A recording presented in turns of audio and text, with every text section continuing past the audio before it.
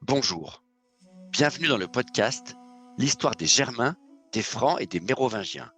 Je m'appelle Xavier. Je m'appelle Romain, Abonnez-vous à notre podcast sérieux mais pas trop. pour les passionnés d'histoire qui veulent tout comprendre sur l'histoire de ces peuples et de leur territoire au premier millénaire. N'hésitez pas à nous écrire à meropodcast.fr@gmail.com pour nous faire part de vos commentaires et de vos suggestions. On lit tout le courrier avec ou sans pinceau magique. Ceci est l'épisode 32, l'homme qui ne pouvait pas trahir. Comme vous l'avez déjà compris si vous nous suivez régulièrement, l'armée romaine du Bas-Empire ne ressemble pas tout à fait à ce que l'on imagine, avec en particulier une forte présence de barbares d'empire que l'on peut trouver à tous les postes, y compris les plus élevés. Triomphe de la méritocratie ou nécessité faisant loi, là n'est pas encore la question. Mais il y a autre chose en cette année 355 que l'on peut trouver à foison dans cette armée bigarrée, en particulier à Milan. Il s'agit bien sûr de complots et autres intrigues. Complots pour savoir qui recevra un peu de gloire de la part d'un empereur bien parano. Et ce ne sont pas les ambitieux et autres larbins entourant Constance qui sont en reste. Un palais où vient d'ailleurs de se produire un coup de théâtre spectaculaire cet été, avec des lettres truquées, fabriquées par un certain Dynamius, pour perdre l'homme le plus en vue de l'année, le général franc Sylvain, qui a pris le contrôle des armées du nord de la Gaule.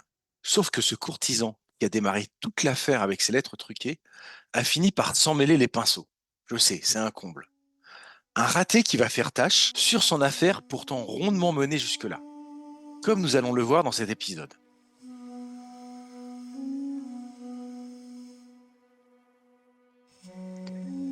Les premiers courriers de Dynamius avaient bien fonctionné pour faire croire à Constance que Sylvain était en train de le trahir. Lettres suspectes renforcées par la petite cabale des dignitaires anti-Sylvain qui ont intelligemment soufflé sur les braises de la paranoïa de l'empereur. Et le tour était joué. Enfin, presque. Car une opposition surprise est venue faire dérailler le plan des comploteurs. Les amis de Sylvain, des militaires francs comme Malaricus, bien placés à la cour, ont refusé de croire à ce fameux complot et sont venus plaider courageusement l'innocence de Sylvain. Sans trop de succès d'ailleurs, puisque Constance a refusé d'envoyer l'un de ses amis le chercher et a délégué un de ses sbires pour ramener le pseudo-traître, mort ou vif. Sauf que, coup de théâtre, Malaricus en personne a fini par tomber sur une de ces lettres truquées, qui non seulement est fausse, mais qui en plus l'implique personnellement. Cette fois, Malaricus sait que cette trahison est totalement bidon. Dynamius en a fait un petit peu trop en fait, et lui a servi sur un plateau la preuve du complot que cherchait Malaricus. Mais notre franc se trouve face à un dilemme maintenant. Comment faire éclater la vérité à la cour de Constance? Aller voir les autres dignitaires de la cour et montrer cette lettre comme une pièce à conviction? À la base, la lettre démontre la soi-disant culpabilité de Malaricus en plus de celle de Sylvain. Et si la cour est vraiment truffée de ses ennemis politiques, la preuve de son innocence n'arrivera jamais jusqu'à Constance, ou sera déconsidérée par ses adversaires comme arbétion, avant même d'être lue devant l'empereur. La meilleure option pour Malaricus, c'est clairement de ne pas passer par le canal officiel en espérant naïvement que les institutions judiciaires impériales fonctionnent pour une fois. Non, notre officier franc prend l'autre option, sans doute moins conventionnelle, mais plus en phase avec son tempérament de militaire un peu direct. Malaricus rameute tous les francs de Milan et commence à faire un scandale.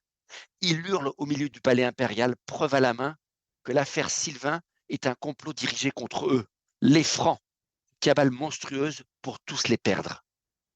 Les officiers militaires présents rentrent dans une rage folle en entendant ça.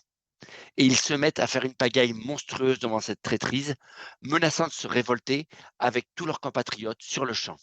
Semer le souk pour éviter la censure de la cour et en appeler directement à l'empereur. Une bonne technique d'agitateur qui correspond bien à l'image classique du barbare comme les Romains les aiment. Incontrôlable, sans gêne et mal poli. Et au passage, on apprend, ou plutôt on confirme, deux choses intéressantes dont nous nous doutions via cet épisode narré par Ammien Marcellin. D'abord, les Francs ne sont pas en nombre négligeable au sein de la cour. Ils occupent une partie significative des postes de l'armée et pas seulement dans les castrums sur le Limès, surtout s'ils sont assez nombreux pour mettre le souk à Milan. Et la seconde chose, concernant ce bordel bien organisé, oui je sais, là aussi c'est antinomique, c'est qu'il s'agit d'un joli coup politique de Malaricus, homme qui se révèle plus subtil que son stéréotype du franc habituel, brave et pas très malin. C'est vrai que brandir l'argument du complot contre tous les Francs, alors que jusque-là, ce n'était que Sylvain, la cible, est un coup de maître.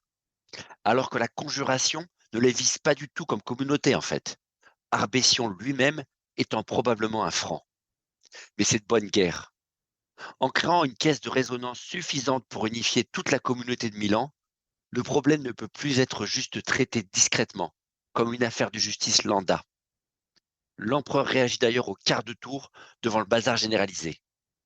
Ce qui se comprend assez bien, vu que dès que quelqu'un crie complot à côté de lui, Constance a pour habitude de ne pas prendre ça à la légère. Il faut se rappeler quand même de qui est Constance II et d'où il vient. Son père, Constantin le Grand, a fait exécuter sa mère et son demi-frère Crispus parce qu'il les soupçonnait d'ourdir un complot contre lui.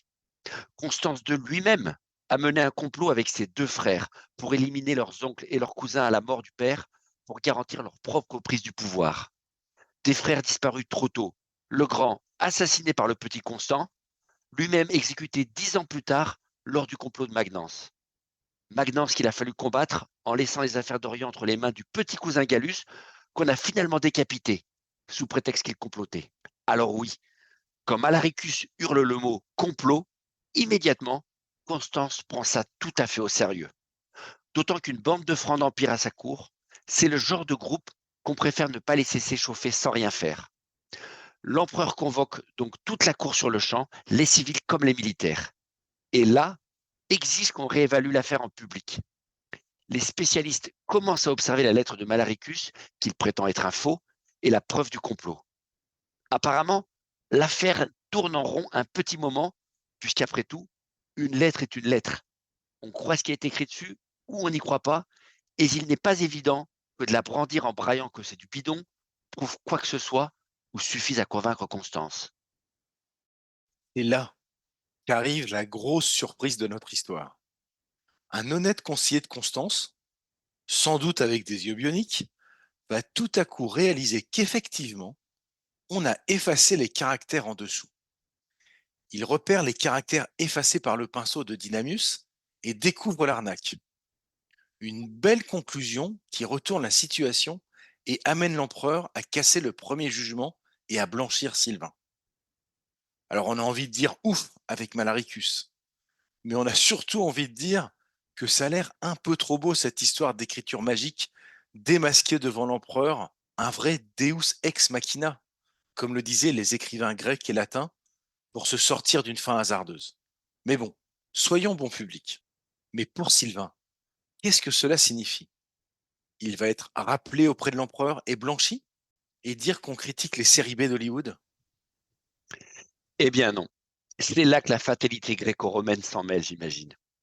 Non, Sylvain, toujours reclus dans son quartier général de Cologne, n'a pas le moindre écho du retournement de situation à Milan. Les courriers impériaux, même avec le réseau routier romain et les cavaliers affectés au transport des dépêches, ne peuvent pas faire beaucoup plus que 100 km par jour. C'est plus rapide que presque tout ce qu'on fera pendant les 1500 ans suivants, d'accord. Mais Milan et Cologne restent quand même séparés par environ 1000 km. Aujourd'hui, comme à l'époque antique. Donc je vous laisse faire le calcul. Or, en Gaule, à ce moment-là, si vous vous rappelez, on a toujours le premier envoyé de Constance qui remonte vers son QG. Le terrible Apodème, l'affreux courtisan spécialisé en basses œuvres qui a fait exécuter Gallus. Et Apodème, lui, n'a pas pour mission d'amadouer Sylvain. Non, on a choisi cet homme pour aller chercher un traître et le ramener manu militare à Milan pour rendre compte de ses crimes. Et la réputation de la cour de Constance, c'est qu'on accuse d'abord, voire on exécute d'abord, et seulement après on regarde les preuves.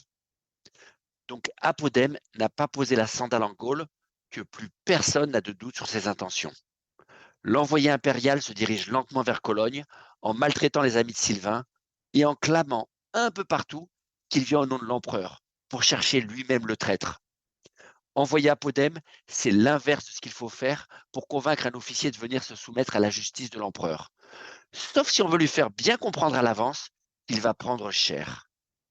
Un message pas très subtil qui arrive rapidement aux oreilles de Sylvain à Cologne, vu que de toute façon, les premières décisions qui ont été prises à la cour, à la lecture de la première lettre de Dynamius, ont été rendues publiques.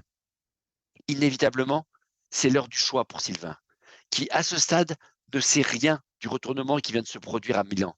Mais par contre, qui sait très bien qui est Apodème et comment il a géré le dernier procès d'un grand personnage de l'État avec Gallus et son exécution express.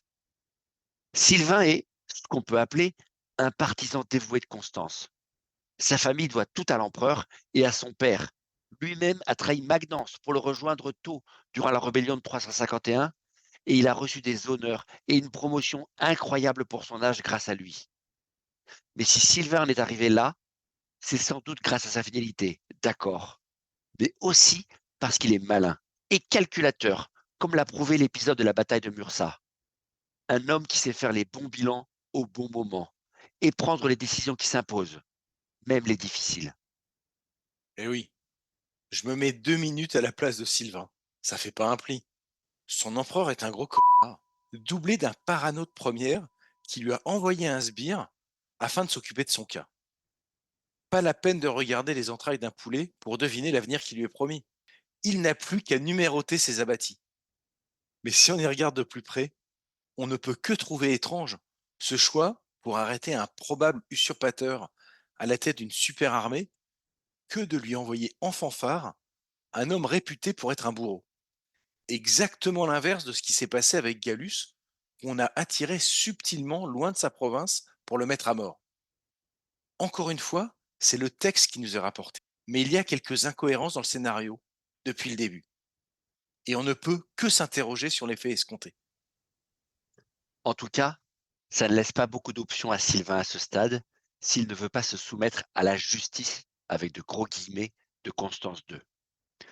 Première option, bien sûr, fuir. Mais ce n'est pas si simple que d'échapper à la puissance romaine quand vous vivez en Gaule du Nord.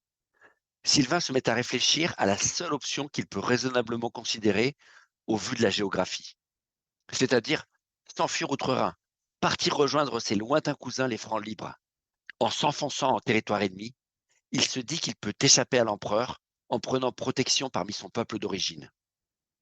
Difficile de dire si l'option est vraiment crédible. Ça voudrait dire que Sylvain a encore assez d'attaches familiales et culturelles pour réintégrer ce monde qui lui est tout de même étranger. Lui, le franc élevé à la romaine. En tout état de cause, le plan va vite être abandonné par Sylvain, qui, à son tour, écoute les conseils de son entourage. Et pas de n'importe qui d'ailleurs. C'est Lagnoguez, le jeune officier dont on a parlé à l'épisode 26 et qui a assisté Constant jusqu'à sa mort à l'extérieur de l'église de Helne, dans les Pyrénées orientales modernes. À croire que le monde du haut commandement romain est petit et que les officiers francs ont su garder leur job, quel que soit le régime en place. En tout cas, Lagnoguez, après avoir servi Constant, après avoir traversé la rébellion de Magnence, est devenu l'un des bras droits de Sylvain, sous le règne de Constance II. Et pour Lagnoguez, franc d'empire comme lui, aucune chance pour Sylvain de s'en tirer en passant la frontière, car l'empereur va forcément mettre sa tête à prix. Et au moment même où il rejoindra les Francs libres, Sylvain sera inévitablement exécuté ou vendu aux Romains par ses frères germaniques. Pour Lagnoguez, il n'y a aucune solidarité à espérer entre Francs libres et Francs d'Empire. C'est un plan stupide qui ne peut pas marcher, vu que Sylvain a passé ses dernières années à combattre ses hommes. Croire que tout à coup, il peut dégainer la carte du Mais c'est moi votre cousin, sous prétexte que son père ou son grand-père serait né outre-Rhin, est totalement absurde. Et oui, dommage Eliane. Alors ça ne laisse plus qu'une option à Sylvain, évidemment, celle d'usurper le pouvoir. Et le 11 août 355, Alea Iacta Est, l'empereur Sylvain est proclamé Auguste à Cologne, au milieu de ses troupes, comme beaucoup d'autres avant lui. L'usurpation comme mécanisme pour survivre est la justification. Sylvain veut devenir empereur parce qu'il n'a pas d'autre choix. Mais c'est à l'insu de son plein gré, comme dirait l'autre. Je me répète un peu, mais je trouve ça un peu bizarre quand même. Et si c'est le cas, pas franchement fait pour inspirer confiance que de lancer une rébellion comme ça, dos au mur. Ça ne part pas sous les meilleurs auspices, toute cette histoire, si on prend un peu de recul. C'est effectivement la conclusion à tirer de l'épisode, mais à froid seulement. Sur le coup, ce n'est sûrement pas une version rassurante qui atteint Milan dans les jours qui suivent l'usurpation officielle de Sylvain. Pour Constance et sa cour impériale, c'est là le recommencement horrible de la même tourmente des 3 dernières années avec Magnence. Un chef de guerre charismatique franc d'origine, adoré par ses troupes et qui va contester son trône sur le champ de bataille s'il le faut. Constance est effondrée. Une nouvelle fois, il est trahi par un proche, un homme à qui il avait donné toute sa confiance et qui maintenant s'apprête à l'attaquer. Alors d'accord, Constance oublie sans doute un peu vite qu'il vient juste de le menacer de le faire exécuter. Mais ça, c'est une autre histoire. En tout cas, les conséquences de cette rébellion militaire sont vertigineuses pour l'empereur. D'autant que Sylvain a démontré qu'il était véritablement un bon général et qu'il a dû amasser pas mal de troupes en reprenant le contrôle de la Gaule, en plus de son corps expéditionnaire de 8000 hommes du départ. Constance se décide donc pour la technique qui lui a réussi le mieux jusqu'à maintenant pour faire face au danger. Se débarrasser de Sylvain par ruse et le plus vite possible. Pas de grosse bataille, ni de règlement à l'amiable avec un usurpateur. Non, à la manière de Gallus, Constance sait qu'il a tout intérêt à endormir la méfiance du franc pour mieux le poignarder. Ça a bien marché avec son cousin, alors pourquoi pas avec son ancien protégé? Ni une ni deux, on appelle un autre officier d'Empire, un certain Ursicin, pour accomplir la mission. Ursicin est sans doute un bon choix pour manœuvrer Sylvain en endormant sa méfiance. C'est un soldat comme lui, peut-être même un homme d'origine germanique au vu de son patronyme, et il est réputé comme un gars solide et pas spécialement un courtisan. Cerise sur le gâteau, qui explique le récit détaillé dont on dispose, il a dans son staff un jeune officier promis à une belle carrière d'écrivain. Et oui, Ammien Marcellin lui-même est un des officiers de l'état-major d'Ursicin. Ursicin qui, malgré une bonne carrière d'officier supérieur romain, a besoin de rentrer dans les bonnes grâces de Constance. Notre homme présente en effet quelques lignes peu glorieuses sur son CV après avoir servi sous le César Gallus en Orient. Qu'il soit lui aussi la victime de jalousie à la cour, ou qu'il ait effectivement sali sa réputation à l'Est, le résultat est le même. Il est contraint. Ursicin se doit donc d'accepter la mission trouble que Constance lui confie pour rentrer en grâce à la cour. Pas très glorieux tout ça. Mais parfois, on n'a pas le choix si on veut réussir à Milan. Et du coup, je ne sais plus quoi penser à propos de Sylvain. Mais je n'ai pas un très bon pressentiment. Constance a demandé à Ursicin de retrouver Sylvain à Cologne le plus vite possible et, arrivé près de lui, de jouer à l'innocent, comme si personne n'était au courant à Milan de son coup d'État pour le ramener pacifiquement à la cour. Ursicin doit approcher l'usurpateur et lui signifier que l'empereur le rappelle près de lui pour tirer au clair cette affaire de lettres pendant qu'il le remplace momentanément à la tête des troupes de Gaulle. En gros, on fait mine de ne pas savoir que Sylvain a déjà pris le pouvoir en espérant que, comme Gallus, il va se laisser convaincre de venir de son plein gré voir l'empereur comme un homme honorable. La ficelle a peut-être bien marché avec Gallus, mais Sylvain ne va pas se laisser prendre. D'abord, parce que le problème de ce genre d'entourloupe, c'est que les gens ont un peu de mémoire et que Sylvain a bien cerné le personnage sournois qu'est l'empereur. Donc, même avec beaucoup de bonne volonté, on voit mal Sylvain se dire qu'il a une bonne chance de s'en tirer face à Constance, après que son premier mouvement ait été d'envoyer Apodème contre lui. Et puis, il y a un autre problème. Quand Ursicin arrive à Cologne, il est carrément trop tard en fait. La rébellion bat son plein depuis 3 semaines. La ville est complètement acquise à l'usurpation de Sylvain. Ses légions sont rassemblées et se préparent à partir mener la guerre civile. La rébellion, même provoquée, est devenue une réalité.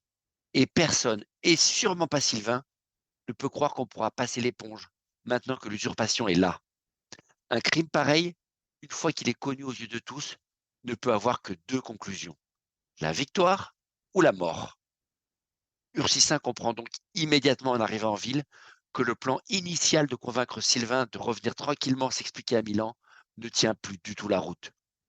Mais l'officier est un malin qui lui aussi sait bien jouer la comédie. Arrivé devant Sylvain, il change complètement son approche et il maintient la fiction initiale de l'ignorance de l'usurpation de Sylvain, mais, laissant tomber son rôle de messager de Constance, fait mine de rallier carrément à la rébellion qu'il prétend découvrir. Ursisin endosse le discours de l'officier dégoûté par Constance et sa cour pourrie de Milan et rentre directement dans le jeu de Sylvain. Ok, donc Ursicin, grâce à ses cours à l'acteur studio durant sa jeunesse, va endormir la méfiance de Sylvain, trop focus sur son usurpation en train de se structurer, pour se demander comment et pourquoi un officier comme lui débarque à Cologne un beau matin. À mon avis d'ailleurs, Ursicin rentre facilement dans son jeu, non seulement pour avoir une chance de mener à bien sa mission initiale, mais aussi pour sauver sa peau, vu le point où il en est arrivé. Et puis peut-être sans avoir non plus besoin de trop se forcer. Pas sûr que ça soit si difficile en effet pour lui que de critiquer Constance et sa cour d'hypocrites qui tiennent l'Empire en lieu et place de vrais serviteurs comme lui et Sylvain. Après tout, il a accepté sa mission, par devoir et calcul. Rien ne prouve qu'il ait une meilleure opinion que Sylvain de la cour impériale à Milan. Ça serait même l'inverse, si on en croit Ammien Marcellin. Mais il reste encore des gars francs pour lesquels la mission, c'est la mission. En tout état de cause, qu'il joue totalement la comédie ou pas, Ursisin n'oublie pas son objectif premier, c'est-à-dire neutraliser Sylvain. C'est à ce prix qu'il peut rentrer en grâce avec Constance et il a déjà clairement montré qu'il n'a pas peur de ruser si c'est sa seule option. Ursisin ne peut pas juste rentrer à Milan avec un «désolé, ça n'a pas marché» s'il veut garder sa tête sur ses épaules. L'échec n'est pas une option, tout simplement, et plus le temps passe, plus il sait qu'agir va devenir compliqué, voire très risqué. Surtout quand Sylvain comprendra qu'Ursisin l'a baratiné à son arrivée et que la nouvelle de son usurpation était parvenue à Milan bien avant son départ. Alors Ursisin va faire ce qu'il doit faire pour solutionner le problème Sylvain. S'il n'a pas les moyens de le contraindre à se rendre ou de l'arrêter comme criminel, il faut utiliser des méthodes à la sauce Constance II. Lui et ses hommes, qui se baladent tranquillement dans le camp retranché de Cologne, puisqu'ils ont officiellement rejoint la rébellion, profitent de l'effervescence des premiers jours pour mener leur enquête. Et Ursisin finit par détecter parmi les troupes massées à Cologne un groupe de mercenaires réputés pour leur sens moral totalement monnayable. Un groupe d'individus prêts à peu près tout contre la bonne somme d'argent. Une bonne somme qu'Ursisin va leur payer pour une mission toute simple. Au matin du 28 août 355, alors que toutes les légions sont encore au loin ou endormies, les mercenaires encerclent le palais à Cologne, qui se trouve dans le centre-ville moderne. Et le petit commando profite de la pénombre pour égorger tous les gardes. Puis il traque Sylvain, qui tente de s'enfuir à travers son palais et part se cacher dans l'église du complexe, comme le pauvre Constant 5 ans plus tôt d'ailleurs. Mais, exactement comme pour l'ancien empereur de l'Ouest, cette protection ne marche que rarement dans la vraie vie, et particulièrement face à des hommes motivés par le gain. Dans ces derniers jours d'août, alors que la totalité des troupes de la ville n'ont pas compris ce qui se jouait sous leur nez, les mercenaires arrachent Sylvain à la chapelle où il s'est réfugié, et ils l'exécutent sur place. Et ainsi finit la grande révolte de Sylvain, avec la disparition de son instigateur à l'issue d'une rébellion un peu foireuse de moins de 30 jours. Même la fin de Sylvain, le grand général trahi par ses propres troupes contre quelques pièces d'argent, n'est pas très glorieuse. Rien d'étonnant à ce qu'il ne soit pas resté dans nos mémoires, ni ait eu droit à un paragraphe dans les livres d'histoire de nos chers bambins. Un complot stupide, ourdi par des jaloux qui profitent de la paranoïa de Constance pour détruire un homme capable et dévoué. Une cabale absurde dont tout le monde sort perdant. Sylvain, bien sûr, qui meurt, Constance, qui perd un super général, et l'Empire qui se retrouve à nouveau déstabilisé. Une machination où les gentils perdent et les méchants triomphent. C'est ça la morale d'Amiens Marcelin pour cette histoire? Certains spécialistes critiquent un peu cette présentation très épique de la rébellion de Sylvain. Déjà, le complot un peu fantasque avec ses lettres magiques est un peu difficile à croire, comme le grand retournement de situation en public avec le trucage détecté devant la Cour réunie. Et lorsque l'affaire semble totalement découverte, les comploteurs, à commencer par Dynamius, mais aussi tous les autres, ne perdent ni la vie, ni même leur poste. La plupart d'entre eux continueront leur carrière après la mort de Sylvain. Avec un empereur aussi fourbe que Constance, on a un peu de mal à croire qu'il aurait pu laisser passer une manipulation pareille avec de simples tapes sur les doigts pour les coupables. On ne tranchera donc pas les détails exacts de cette usurpation qui divise encore les spécialistes jusqu'à son existence même. Parfois, la fiction dépasse la réalité Surtout à Rome. et peut-être qu'effectivement, un complot biscornu comme celui décrit par Amiens a bien pu exister après tout. Ou peut-être, plus simplement, comme l'indiquent d'autres textes moins détaillés, Sylvain le trop brillant général a pu faire naître les soupçons progressifs de Constance, soupçons vivement encouragés par ces mêmes personnages impliqués dans le soi-disant complot. Une exacerbation des tensions entre un empereur jaloux et un homme ambitieux, peut-être alimentée par des ragots et des critiques, qui ont poussé Sylvain à déclencher une rébellion mal ficelée, rébellion qui lui coûtera la vie. L'usurpation de Sylvain nous est connue en détail par le récit qu'en fait Amiens Marcellin. Un récit épique, plein de rebondissements et franchement digne d'un roman d'espionnage moderne. Il n'est pas impossible qu'une petite ou une bonne dose de romanesque se soit rajoutée par-dessus une histoire un peu plus simple en fait. Celle d'une de ces innombrables usurpations ratées dont le IIIe et le IVe siècle sont truffés, menées par des généraux ambitieux qui savent que la seule légitimité à Rome, c'est le support de l'armée. Sylvain, le jeune officier franc ambitieux et doué, s'est peut-être juste vu trop beau, trop vite, lui à qui toutes les audaces avaient toujours réussi. Un homme pressé qui a cru réussir un coup incroyable avec une armée qu'il croyait fidèle à sa personne. Toute l'affaire Sylvain tient peut-être plus simplement dans cette mauvaise évaluation du soutien réel dont il disposait dans l'armée, sans que forcément on ait eu besoin de pinceau magique. Un coup d'État mal ficelé de quelques semaines, brutalement terminé par des hommes refusant finalement de le suivre. Des hommes encouragés ou non par la duplicité d'un autre officier comme Ursicin, mais qui finalement n'adhéraient pas à une conspiration mal engagée et finissent par trahir leur chef qui veut les embarquer dans une conspiration sans avenir. Il aurait peut-être dû méditer sur l'adage latin dont le grand Auguste avait fait sa devise. Festina lente, hâte-toi lentement, pour dire que certaines choses prennent du temps et que parfois faire bien vaut mieux que faire vite. Mais si on est moins Rome antique, je sais, un con pour un podcast d'histoire au crépuscule de l'Antiquité, on peut aussi se dire que Sylvain a juste fait l'amère expérience d'une vérité universelle. Quand on se comporte en traître et en opportuniste forcené toute sa vie, on ne peut pas être surpris du retour de karma et de finir soi-même victime d'une traîtrise pour les mêmes motifs.